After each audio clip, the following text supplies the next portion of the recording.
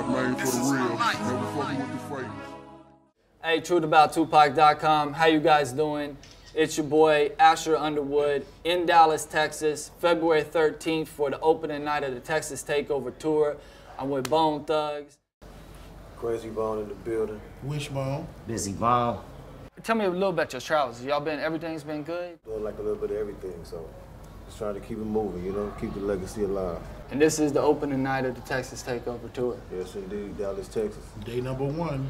Right now, it's the 18-year anniversary that Pac released All Eyes on Me. This album made hip-hop history, has influenced so much. You guys was there with the man himself. Do you remember the first time you heard one of the tracks from All Eyes on Me? I think I was in Cleveland, like, and one of my dudes, like, he jumped in the car and he had just bought it and he put it in, you know, and I was just tripping, because I was like, oh yeah, it's about to be problems in the game right now. I'm like, this dude is riding, you know what I'm saying? He's sounding fresh, he was winded, you know what I'm saying? I'm like, yo, he got something to prove, you know, and then I knew it was gonna blow up. Like, once I heard it, I knew it was gonna blow up. And you've had the opportunity, on Pac's life, right? You had Untouchable? Yes, I do. Untouchable track? Yes, I do. What's that like, man? What's it feel like after the fact when everything is pieced together, you know? Man, it was cool, you know, because I originally, like, they just asked me to put a hook on it, and when I put the hook there, I could do a verse, so I was like, hell yeah, you know, shit, that's an honor, you know. So, I mean, it was real cool to do the track. The shit was crazy, like, produced by Swizz Beatz, so right. That shit was banging, it was dope. If y'all remember, in '92, there was a Texas State Trooper that was shot by a young man who actually was executed in 2005 for the murder of the state trooper. And they said it was the fact that he was bumping Soulja Story and why he shot the state trooper.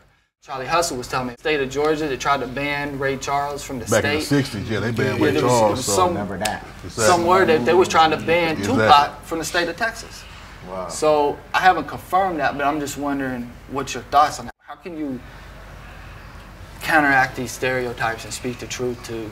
It's difficult, you know, to do that at all because of what's been happening lately in the news. It seems like every 4, 5, 6, 7, 8 years, somebody gets shot for some loud music or something like that, and they get televised like what's going on in Florida over thug music or whatever. So it's not just a stereotype or nothing like that. It's really, really happening, you know, and it's still here and it's still around, you know what I mean? Like, but I think that most controversial artists either wind up being legends anyway, you know what I mean? So I just think it's just the same thing as rock and roll, you know, and, you know, getting older or whatever. This generation's more risky than the last generation or our age, the golden era. And I just think it's just, you know, the transition of time and people accepting more and more and more of the thoughts of the youth, you know, no matter how wild it may be and so on and so forth. But you got to remember the flip side of it. I was just thinking today when I was walking to the store, like, damn, if Pac was here during 9/11, just this morning before I got on the plane, if Pac was here during 9/11, as much as he was down with, you know, with New York and with America, I think it would have immediately changed him and his way of thinking as well. So, you know, it's timing as well, you know what I mean, I think. And I think a lot of our warriors as well out there kicking ass overseas and protecting our asses are listening to that same hip-hop shit to inspire them, because they don't have the drummers behind them no more. So what they gonna rock to when it's time to back. So, you know, I think that's a flip side to the good side. That way we can go grab our elders and stuff like that, and our military generals and our lawmakers, so they can understand our placement in this thing here. Right. You know?